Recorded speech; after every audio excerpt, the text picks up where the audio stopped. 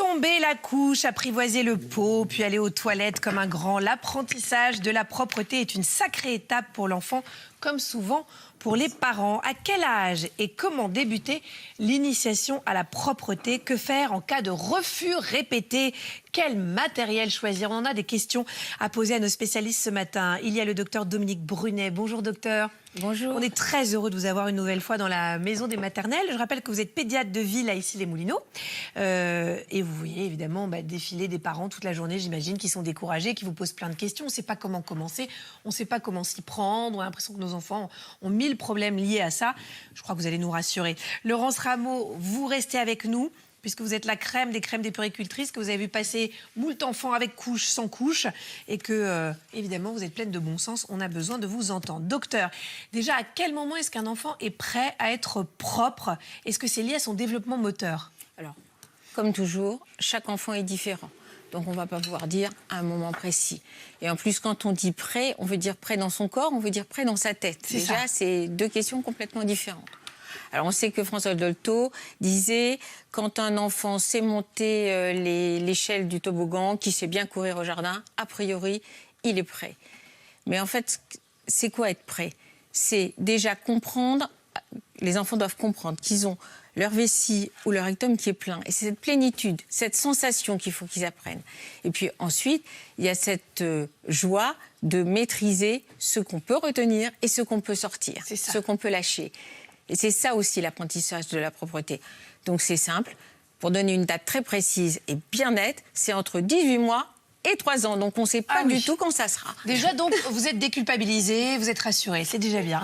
Il y a Maureen qui a une question pour vous, docteur Brunet. Elle vous demande quels sont les signes qui montrent que notre enfant est prêt pour tenter le pot.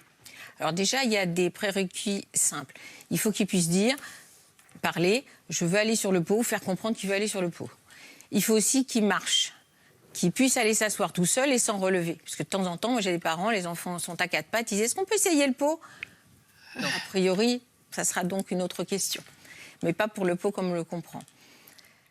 Les parents doivent aussi être prêts pour le pot, parce que vous parlez des parents dès le 4 pattes, mais il y a aussi le parent qui doit comprendre que c'est le bon moment ou pas, et avoir envie de passer à cette étape. Je suis complètement d'accord. Je crois qu'il faut déjà que les parents soient dispo dans leur tête, dispo dans leur temps, et prêts à accepter que cet enfant change. Ouais. Et vous voyez, vous, des parents, Laurence, qui sont un peu réticents, parce que moi, je sais qu'à la crèche, on m'avait dit, elle est prête pour le pot, et moi, j'étais là, ah bah oui, hop là, ça arrive. Mais... On a les deux, on a des parents qui sont un peu prêts avant leur enfant, et donc là, c'est embêtant, parce qu'ils vont un peu trop pousser l'enfant, alors que l'enfant n'est pas prêt, et des parents qui ne sont pas prêts, parce que l'enfant lève la couche, alors que les enfants sont tout à fait prêts. C'est ça. Alors, quel conseil, Laurence Rameau, justement, pour qu'il apprivoise le pot, notre petit? Alors, une fois qu'on pense qu'il est prêt, comme vient de le dire le docteur, moi, je pense que c'est bien qu'on lui propose chaque fois qu'on le change. C'est-à-dire pouvoir s'asseoir sur le pot ou sur les toilettes si les enfants veulent bien aller directement sur les toilettes. Donc, à chaque change de couche, on lui dit, est-ce que tu veux t'asseoir sur le pot? Ça apprivoise déjà à avoir le pot. Et puis, au fur et à mesure, quand on voit qu'en fait, il comprend que c'est là qu'il doit faire ses besoins, eh bien, on prendra un jour en disant, maintenant, je vois bien que tu peux faire sur le pot, donc on enlève la couche. Oui, parce qu'il y a plein de fois, ils vont sur le pot parce que ça les fait rigoler. Moi, j'ai ça à la maison et puis il se passe rien, quoi. Il se passe rien, mais au départ, en général, il se passe rien. Il faut apprendre qu'est-ce qui doit se passer sur le pot. C'est quelque chose de culturel que de faire ses besoins à cet endroit-là. Alors, est-ce qu'il y a des conséquences, justement, si on met notre enfant trop tôt sur le pot? Ça ne va pas être très bon. Déjà, on risque de le mettre en situation d'échec, donc il ne va plus avoir confiance en lui. Et ça sera un peu de notre faute, parce qu'on aura été pressé. On voudra passer des étapes, alors que lui, il va aller à son rythme à lui. Et puis, aussi, on va prendre, nous, la décision, et donc on va lui faire passer comme message, c'est moi qui prends les décisions pour toi. Alors après, comment il va se dire je suis capable de... Ça. Il risque de douter de ses compétences. C'est important quand même de le faire au bon moment. Donc. Ça, c'est le côté psychologique. Ensuite, il y a les petits soucis pratiques et très fréquents. Il y a ceux qui arrêtent de boire, comme ça ils ont bien compris qu'ils feront moins pipi. Ils auront donc moins besoin d'aller aux toilettes.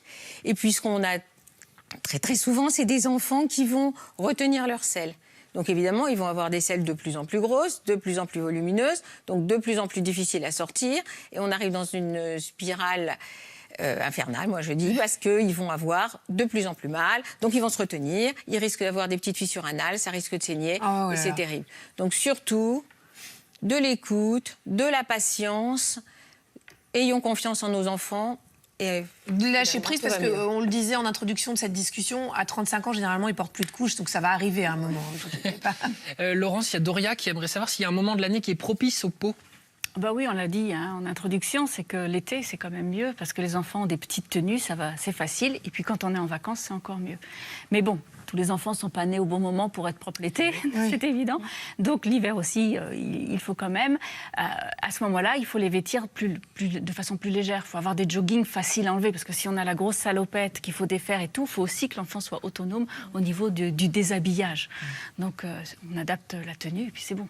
Alors Laurence, vous disiez tout à l'heure qu'à chaque change, on peut lui proposer le pot. Enfin, malheureusement, on n'est pas tout le temps avec les enfants. Ils sont gardés, parfois chez les grands-parents, qui sont moins investis que nous dans ce genre de sujet. Est-ce qu'il y a un moment, docteur, plus propice, justement, pour le pot dans la journée? Alors déjà, ça dépend si on a un enfant à qui on ne met plus de couches ou s'il a des couches. Oui. Déjà, s'il a plus de couches, il faut être très attentif, qu'on soit les grands-parents. Oui, c'est sûr. Mais s'il a encore une couche... S'il a encore une couche, on peut avoir déjà repéré qu'il y a des moments où... il va faire plutôt ses selles et donc on va en tenir compte. Moi, souvent, ce que je conseille pour le tout début, c'est avant le bain, quand ils ne sont pas trop habillés, justement de les asseoir sur le pot. On sait que très souvent, les enfants font pipi dans le bain, donc c'est propice. Alors, souvent, ça va être un premier pipi qui est un hasard. Oui. Mais à ce moment-là, ils vont comprendre ce qui se passe habituellement dans la couche. Et à ce moment-là, ils repèrent et ils vont pouvoir fabriquer dans leur tête ce petit schéma. D'accord. Et Laurence, on en avait discuté, je sais que vous vouliez insister sur le fait qu'on ne force pas, on n'impose pas un moment où on met sur le pot, c'est important. Oui, c'est important de ne pas conditionner, c'est-à-dire se dire après les repas, hop, directement sur le pot, c'est un espèce de conditionnement et là les enfants ne comprennent pas bien ce qui se passe. Il vaut mieux qu'ils comprennent que quand ils ont la vessie pleine, justement le rectum plein, et ben là ils vont devoir ouvrir leur sphincter ou resserrer leur sphincter si on n'est pas près du pot ou près des toilettes. Et donc c'est vraiment un apprentissage qu'ils doivent faire. Docteur Brunet, il y a Tess qui a besoin d'un conseil. Mon fils refuse d'essayer le pot. Que faire? Elle ne nous donne pas son âge, mais... De toute façon, on n'est pas pressé. Sûrement, si elle s'inquiète, c'est qu'on ne doit pas être très très loin de la rentrée des classes. Donc elle se dit, bientôt arrive septembre, est-ce que je vais y arriver? Il n'y a pas d'enfant qui ne soit pas propre à la rentrée. C'est exceptionnel. Donc il sera propre. Il n'y a aucun souci. Est-ce qu'ils ne deviennent pas souvent propres le jour de la rentrée, le jour de l'école? On connaît plein d'enfants qui ne sont pas propres le 15 août et qui sont complètement propres le 31 août. Donc c'est quand ils le décident. Donc confiance, écoute, s'occuper du rythme de l'enfant, ne jamais le forcer, aucun bras de fer. Pas de pression. Pas de pression, peut-être simplement réfléchir. Est-ce que c'est un problème d'opposition? Est-ce que c'est un problème de régression? Est-ce que nous, on est déjà vraiment décidé à le faire? Et puis, il y a des petites choses simples. Déjà, s'il n'aime pas le pot, lui proposer le réducteur. On peut lui lire des petits bouquins sur des histoires de pipi, caca. Le fameux choupi. Notre choupi. Le choupi sur le pot. Parce qu'à ce moment-là, l'idée, c'est pas de le forcer, mais simplement de l'écouter, de voir comment il va réagir quand on va raconter l'histoire. Puis, il y a des enfants qui adorent les petites culottes, les petits caleçons. Oui. Ça les motive. Voilà, ça motive. Alors Marie, il est temps de parler de matériel un petit peu justement. On a évoqué le réducteur, etc. Pour certains parents, c'est un peu flou. Qu'est-ce que vous nous avez concocté? Alors, c'est moins glamoureux que les chaussures, mais le pot, c'est quand même important. Alors, j'ai ramené quelques modèles de pot. Alors, le classique, j'ai envie de dire, alors qui est évolutif, qui est évolutif puisqu'il grandit. Un pot classique, c'est pas mal. Bien, celui-là. Il est vraiment bien. En plus, il n'a pas ce petit rebord qui fait mal aux zizi parfois chez les enfants. Bah moi, franchement, il a du mal à s'asseoir sur le pot que j'ai choisi, moi, le mien. Voilà. Bah, celui-là, il est un petit peu ergonomique. Par contre, j'ai une vraie question à vous poser, même si ce pot est fort design. Est-ce qu'on le met dans le salon? Alors ça dépend des parents. La majorité des parents les mettent dans les toilettes ou dans les salles de bain. Mais il y a certains parents qui le mettent dans le séjour en se disant c'est plus pratique, comme ça je peux vite lui descendre son jogging et son caleçon et il va s'asseoir. Je crois que c'est pas fondamental l'endroit au démarrage. Ce qui est important, c'est que ça soit propre, simple, facile d'accès et surtout rassurant. On peut le vider. Bon, alors c'est vrai que moi, par exemple, ça, je trouve ça le matin, quand on doit vider ça, c'est un peu... Enfin, on va pas se mentir. Qui aime vider les pots ici? Bah, écoutez, si vous trouvez quelqu'un qui aime vider les pots, vous me le présentez, on sera ravis. Ouais, c'est pas pire que les couches. C'est pas pire que les couches, c'est vrai. Non, voilà, docteur. Oui, moi, je trouve pas que ce soit non plus, oui. Ah ouais? Moi, j'aime pas trop le pot, moi. Moi, j'aime bien le réducteur. Ok, très bien. Oui, réducteur, c'est ma passion. Ah, c'est votre passion, Agathe. Ah oui, c'est quand même vachement plus pratique. Alors, celui-ci, par exemple, il se pose juste sur les toilettes. Il y en a aussi qui existent avec une petite marche. Ça favorise l'autonomie. Ça va pas mieux, Marie, hein, de mettre la tête dans un réducteur. Oui, mais il a pas servi. Ah, il a jamais servi. Pas a priori. On m'a dit. Non, c'est bien. C'est bien de passer au réducteur. Ça permet à des enfants qui sont un peu bloqués par le pot, qui n'ont pas envie. C'est peut-être pas exactement le même âge. Peut-être plus grands. On ne peut pas commencer directement par le réducteur. Si, on peut. Il y a des enfants qui commencent directement par le réducteur parce qu'ils veulent bien. C'est vrai que ça plaît aux parents qui n'aiment pas vider les pots.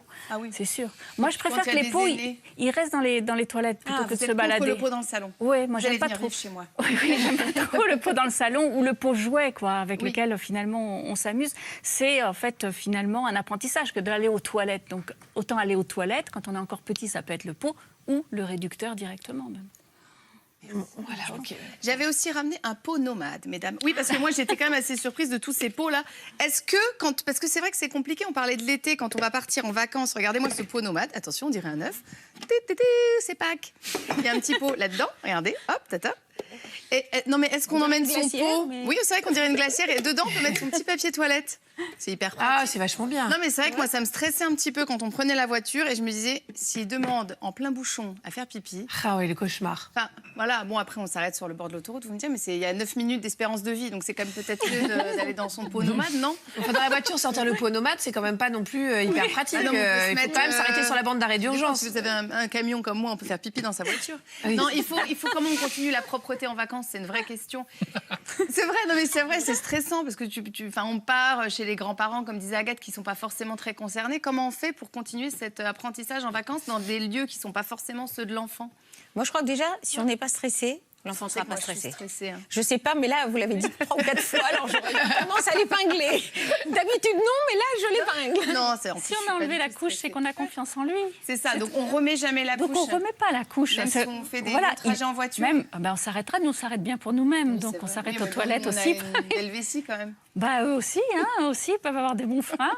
On a confiance. Alors après, on prend un change. Au cas où, quand même, dans ces affaires, on se dit que... Et puis on lui dit, c'est pas grave s'il a un accident. Mais a priori, il n'y a pas de raison ni d'emporter les toilettes sur soi, ni d'avoir une couche. Après, il y a des pots qui coûtent 5 € que vous pouvez aussi accompagner. Je ne sais pas combien ça coûte, mais ça... Il y avait un pot transformable aussi. Oui, alors celui-là, c'est un peu mon chouchou. C'est un pot qui ressemble à un pot classique. Il a été fait par Philippe Starr. N'est-ce pas? On dirait une petite coccinelle. Non, et alors, ça surfe un petit peu sur cette tendance urinoir, vous savez, la fameuse tendance urinoir. Ah, il y a une tendance urinoir, oui, tout à fait. On va pouvoir accrocher cette chose au mur de votre salle de bain, voilà, et on va pouvoir uriner dedans. Ah, ça, c'est vachement bien. C'est sympa. Ça met un petit peu de ludique là-dedans. Ça sent quand même le pipi par terre, mais... Oui, ça sent un peu le pipi par terre. Mais il y a un petit rebord quand même. Non, si tout à coup il a envie de faire popo, la bonne chance. Je pense que peut-être il va monter, il va faire pipi directement dans les toilettes. Je suis pas sûre que ça soit indispensable, mais pourquoi pas. On est en train de vous décrire votre chronique. Merci. Mais c'est bien. Moi, j'avais une vraie question. Que ça soit quand même un jeu. Oui, j'ai l'impression que vous n'avez pas envie que ça soit un jeu. Non, mais c'est pas un jeu. Non, c'est vrai, vous avez raison. Mais on parlait tout à l'heure justement du fait de ne pas transformer ça en jeu. Est-ce que pour respecter l'intimité de l'enfant, on l'accompagne aux toilettes quand il va sur son pot, ou est-ce qu'on reste en dehors? Tu m'appelles quand j'ai fini. Oui, on peut rester en dehors. Pas forcément, on n'est pas obligé, sauf s'il nous le demande. Est-ce que tu veux que je t'accompagne? Non. Donc tu te débrouilles, puis on le met le papier à sa hauteur.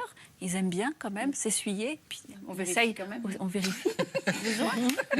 Ils aiment bien être autonomisés, de toute façon, ils adorent faire les trucs tout seuls. Et tirer la chasse d'eau aussi. La chasse d'eau, c'est quand même un grand bonheur, la chasse d'eau. Quelle passion. On peut débattre encore pendant 5-10 minutes là-dessus. Merci. Merci en tout cas d'avoir détruit mes sélections. Écoutez, Marie, moi, j'ai tout trouvé super. Merci, Agathe. Ça parce que je veux qu'elle m'offre le pot vert. Ah, je suis une nomade. Docteur Brunier, est-ce qu'on félicite l'enfant? On a parlé beaucoup du côté physique, etc. Mais évidemment, cette dimension psychologique, est-ce que c'est important de féliciter l'enfant quand il C'est toujours bien. Féliciter, c'est toujours bien. Il y a pas de... C'est sûr que c'est toujours bien. Mais ça n'est pas la chose importante dans l'apprentissage. La chose importante, c'est que lui soit fier de lui. C'est lui qui est formidable vis-à-vis de lui. Et ça, c'est complètement différent de lui dire « t'as fait plaisir à papa » ou « t'as fait plaisir à maman ». Non, tu te fais plaisir à toi. Et ça, ils le comprennent et c'est leur image. Ils deviennent grands. C'est genre, on peut lui dire « c'est bien, t'auras de moins en moins de couches, bientôt t'auras plus de couches, tu vas être beaucoup plus à l'aise ». Enfin, pour lui montrer que c'est vraiment un avantage qui va gagner lui, quoi, en fait, en gros. Un avantage, et puis il change. C'est une étape. C'est lui qui a gagné cette étape. C'est lui qui est monté sur le podium. C'est pas nous, les parents. Il y a souvent des périodes de régression aussi, c'est normal? Alors ça marche, puis tout à coup, ça marche plus. Ça, c'est une super bonne question, parce qu'il y a des... Merci beaucoup. Parce que, en plus, parfois, on se trompe. Il y a l'opposition, à ce moment-là, entre 2 et 3 ans, il y a de l'opposition et il y a de la régression. Et donc, c'est important de repérer quand c'est de l'opposition. Et on sait bien qu'entre 2 et 3 ans, c'est là qu'ils vont affirmer leur personnalité. Nous, on va affirmer notre autorité. Donc là, ça va clasher. Il va y avoir de l'opposition. Et là, franchement, pour le gamin, ce qui est vraiment le plus excitant, c'est de maîtriser son corps et d'être en situation de pouvoir vis-à-vis des parents. Alors que pour la régression, c'est complètement l'inverse. Si un petit bébé vient d'arriver dans la famille, si un des parents a perdu son emploi, ou si on change, il y a un déménagement et que l'enfant se dit « est-ce qu'ils vont m'emmener ?» Parce que quand même, il se pose parfois des drôles de questions. Mais évidemment, il va être en situation de vulnérabilité psychologique. Et comme nous tous, quand on est en situation de vulnérabilité, on espère arriver dans un petit espace où on a été bien. C'est l'espace de quand il a été plus petit, où c'est plus contenant, plus rassurant. Donc, évidemment, on ne va pas le gronder, évidemment, on ne va pas le punir, et ça, c'est sûr. Mais plutôt, on va lui dire qu'on l'aime, qu'il est très important pour nous, qu'il a une place dans la famille qui est fondamentale, et qu'on a confiance en lui, que de toute façon, c'est une étape et qu'on sait qu'il va y arriver. Et en général, ça marche. Docteur et Laurence, on a reçu cette question de Lila. Pour elle, la propreté, c'est le sujet du moment. Regardez. Bonjour, ma question concerne ma fille qui aura 4 ans en septembre. Elle est propre depuis ses 3 ans, 2 jours. Par contre, elle met toujours des couches la nuit, couches qui sont pleines de pipi au réveil. Elle commence tout juste à avoir le réflexe de se lever à l'aube pour aller à la selle aux toilettes. Mais l'urine reste un problème. J'aimerais savoir quand lui enlever les couches et comment. Merci beaucoup. Laurence m'a fait son regard numéro 23 parce qu'elle sait que c'est exactement une question que j'aurais pu poser pour Gaspard, 4 ans, toujours des couches la nuit. Qu'est-ce qu'il y a? Quoi Qu'est-ce qu'il y a, Laurence? Je sais, elle m'a fait la morale, la dernière fois. Mais non, c'est pas la morale. Oh, qu'est-ce qu'on fait dans Mais ce c'est vrai cas-là? que je suis persuadée, par expérience, que les enfants, quand ils sont au moment de cet apprentissage de la propreté, ils peuvent l'apprendre jour et nuit en même temps. Souvent, on dit non, il faut du temps, on apprend le jour et puis on fera la nuit après. Et en fait, ils s'habituent. Alors qu'ils ont une perception à ce moment-là très aiguë de ce qui est en train de se passer dans leur corps, eh bien, finalement, on dit la nuit, tu peux continuer à faire pipi dans ta couche. Alors que si on enlève la nuit et le jour en même temps, en disant maintenant, il n'y a plus de couche, eh bien, ça coule parce qu'ils ont cette attention spécifique à ce moment-là. Donc, ça paraît logique, mais moi j'ai essayé, ça n'a pas marché. Et après, mais oui, après un mois de pipi au lit... Et donc, docteur, pour Lila, qu'est-ce qu'on peut lui répondre? Moi, je crois que déjà, chaque enfant est différent. Bien sûr, on a des enfants qui, en 15 jours, je crois que c'est le cas du petit Erwan, en 15 jours, il a été propre jour et nuit parce que tout de suite, il a compris ce qu'était la propreté. Mais il y a plein d'enfants quand même qui vont attendre 1 an et demi, parfois plus, pour être propre la nuit. C'est pas grave, pas d'inquiétude, pas de stress. D'ailleurs, on va s'en préoccuper que quand il aura 6 ans. Donc, on a beaucoup de temps entre les 18 mois, 3 ans et les 6 ans. Je crois qu'il faut laisser du temps au temps, laisser les enfants décider. Et quand on voit qu'effectivement les couches sont sèches, eh bien, en lui proposant, mais en lui demandant son avis, à ce moment-là, on va proposer d'enlever la couche. Mais c'est à l'enfant, encore une fois, de décider. Nous ne sommes qu'une force de proposition. Et il y en a certains, comme mon fils, qui ne veulent pas de couche, mais qui font pipi quand même dedans. Voilà. Qu'est-ce que vous voulez que je vous dise? Voilà. On peut essayer de comprendre pourquoi. Peut-être faut demander pourquoi. Oui. Moi, en vrai, ça m'inquiète pas trop. Enfin, voilà. Je me dis, voilà, ça viendra quand ça viendra. Décidé. Peut-être qu'au départ, il n'avait pas vraiment décidé, lui. Oui. Tout le reste va bien. Donc, si j'ai que ça comme problème, allez. Merci en tout cas pour toutes ces explications, docteur, tous ces conseils, Laurence. J'espère que vous avez pu vous faire une opinion, que ça vous a rassuré. Merci à Floriane Gillette d'avoir préparé cette